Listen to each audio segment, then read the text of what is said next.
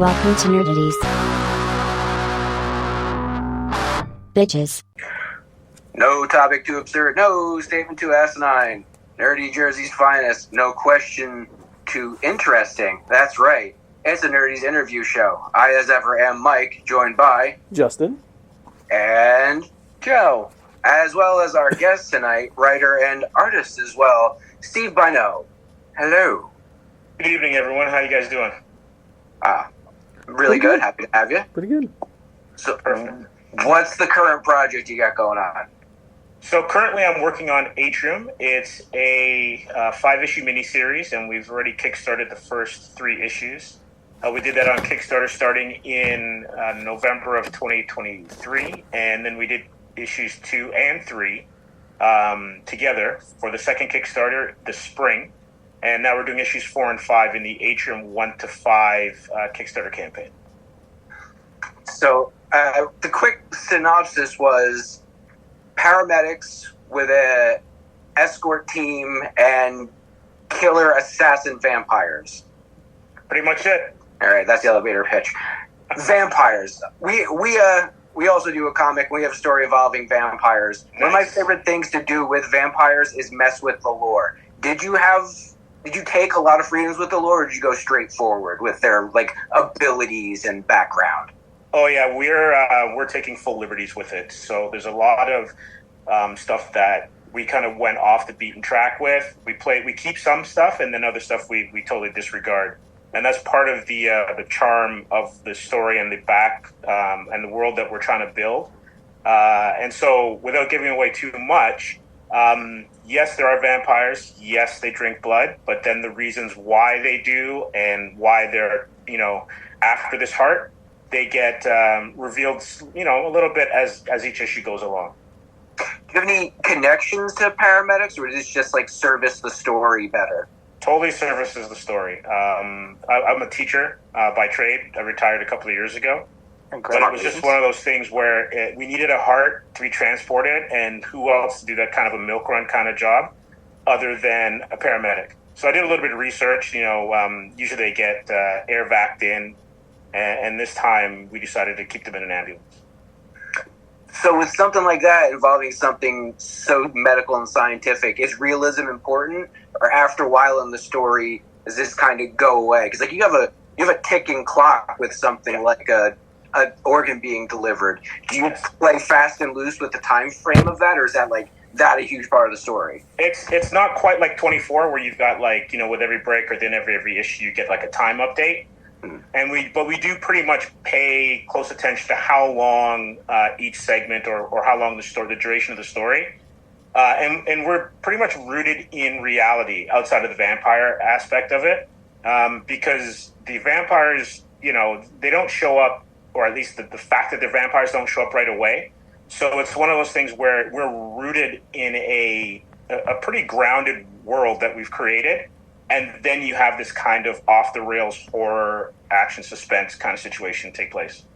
Yeah, I often find it's better when something high concept or fantasy just drops in the middle of a realistic situation. It's got more weight to it than if you're in a sword and sorcery world and something magical happens. Yeah, it's kind of like From Dusk Till Dawn. If you flipped the movie and had the crazy stuff at the beginning and then it went into just a straight crime drama at the end, it'd be like, what? But the other one, you're totally off the rails, excited to see how these guys are going to get out of it, and we're kind of crafting the same sort of feel. Says in your bio you're also an artist. Is handing off the art duties to a book like this, is it grate at you, or is it just this isn't something you felt comfortable trying to tackle, or not all of the work at the same time? What was the decision behind finding another artist? First off, I thought it was probably not a fit for my style. And we had an artist initially, Christian Zanier, a good friend of ours, and it just didn't work out. We had drawn some pages. We got pretty close to getting ready to pitch it, and it just didn't work out in terms of where we wanted the story to go and then his ability to finish it. So we went another direction, and the writing and the art part for me was kind of cool because when I write, I think of it as if I'm an artist. So it's okay, how many panels can we fit on a page? What's the dialogue going to be here? how cramped and what kind of beats do I want to get on the page. And then when we hired Lucas Falapi, who's out of Brazil, he's fantastic, and he's done amazing work on the book so far.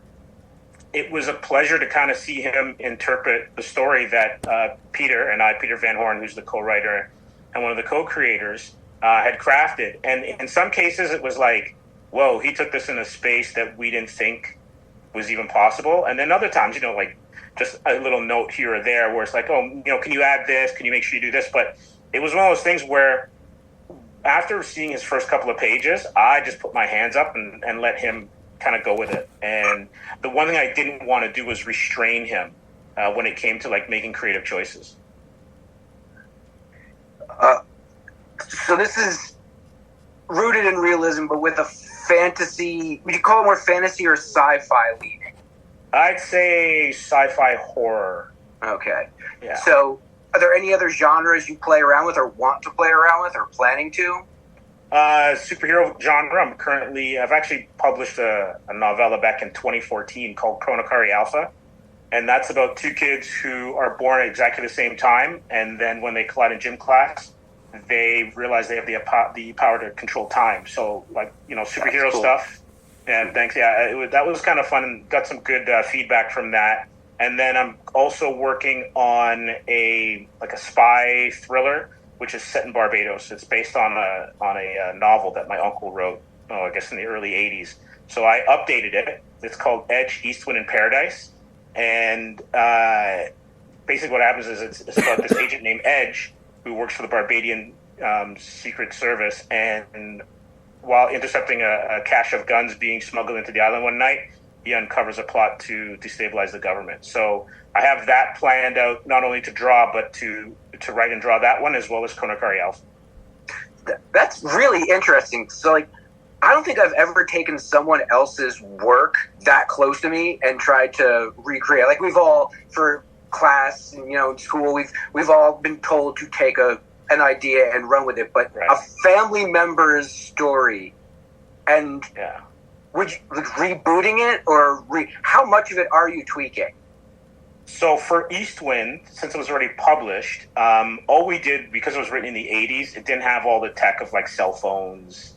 And so I added that. And some of the story points, nowadays, because if you ever watch an old movie, it's there's a race to go find somebody. Nowadays, you just call them. So it takes away all of the drama, right? Of that chase scene to get to where you have to go. So it was those kind of little tweaks, but I kept the dialogue pretty much on point. And it was one of the things, when I first kind of thought about, leaving teaching and getting into writing, I went and I spent the summer with him in Barbados. I spent a few weeks with him. And it was just we went over, doing a sequel, because I've always wanted him to continue writing it, but he was a little up in years. And in the middle of coming up with another story, which I'm, still working on finishing, he says, Steve, why don't you just redo the first one?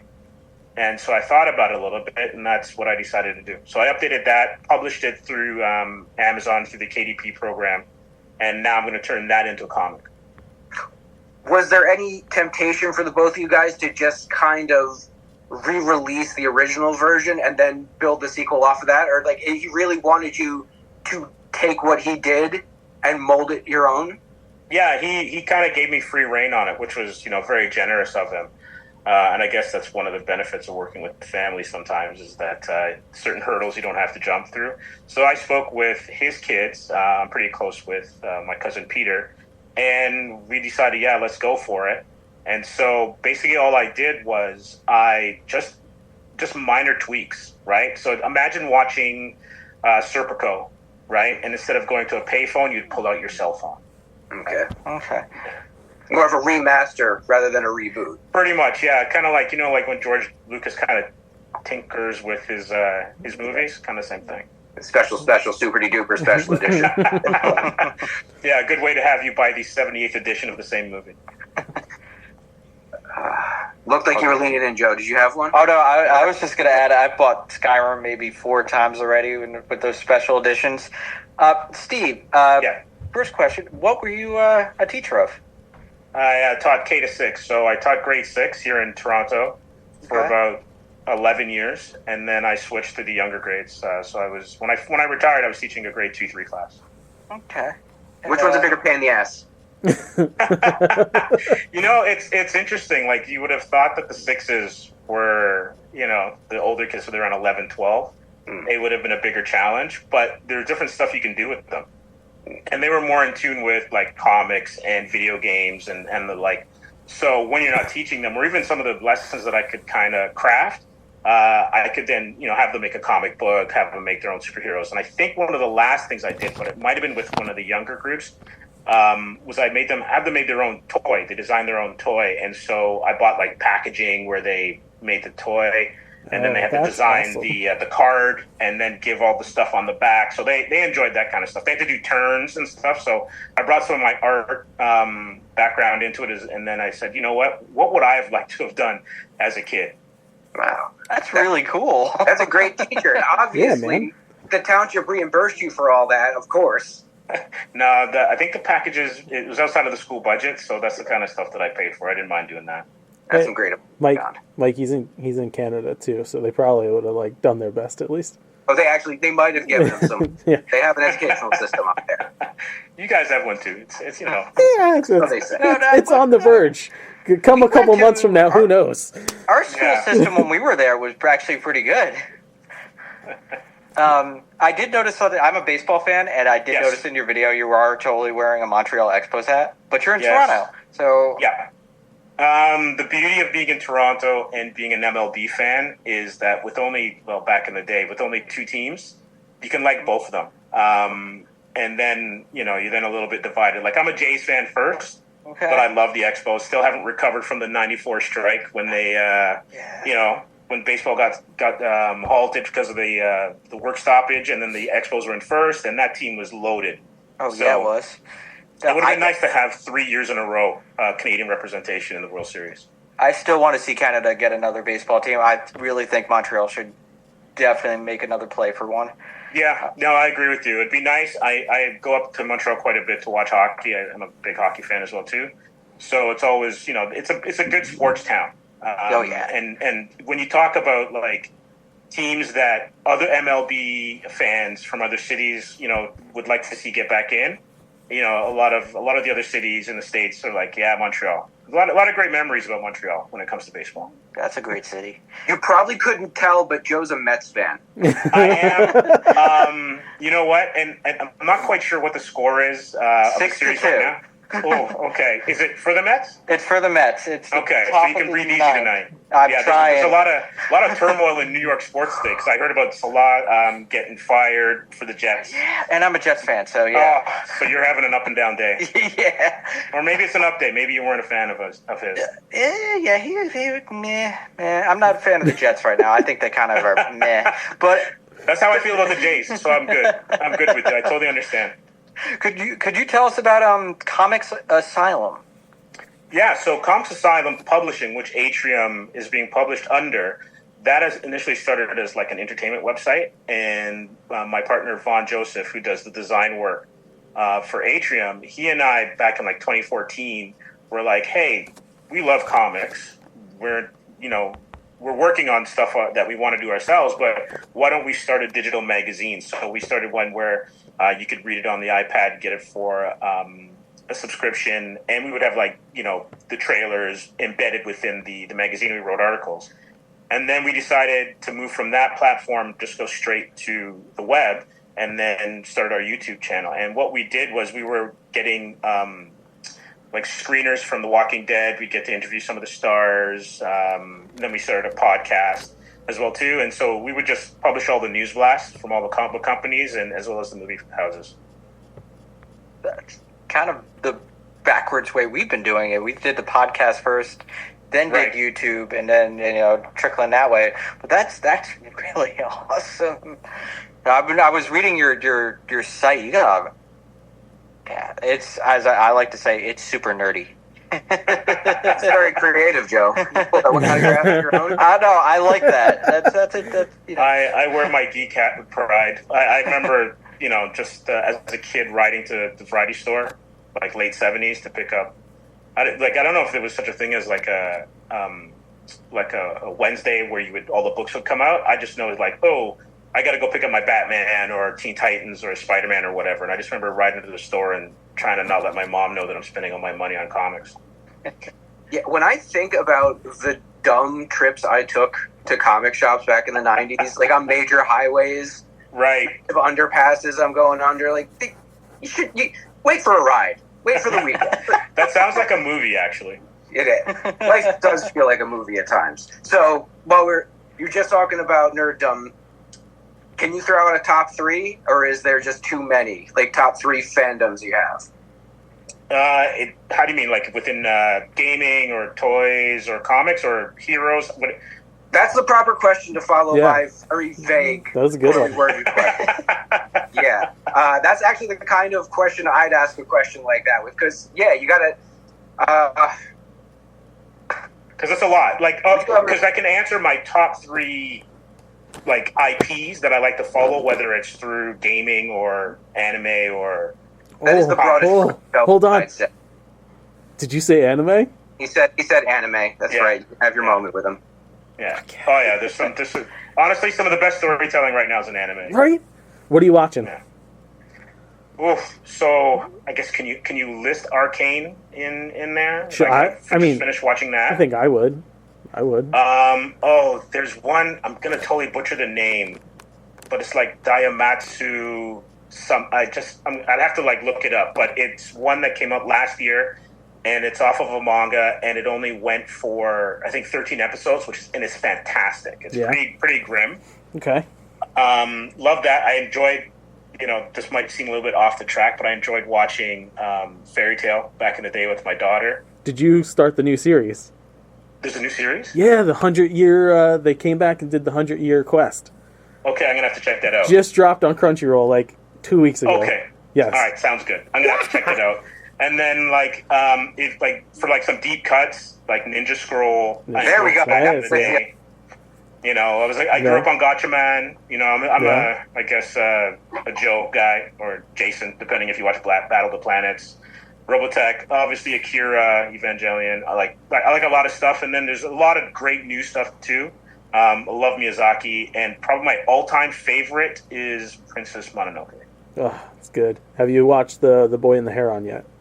Oh, saw it. Yeah, we saw it. I saw it at TIFF. Fantastic. Yeah. Yeah. Nice. Yeah. Beautiful film. It's on my queue. I haven't gotten to it yet, but I'm looking forward to sitting down. I think you'll really like it. Okay. That excites me. This might be nerd political, but I'm going to throw it out there. Where do you stand on Star Wars these days?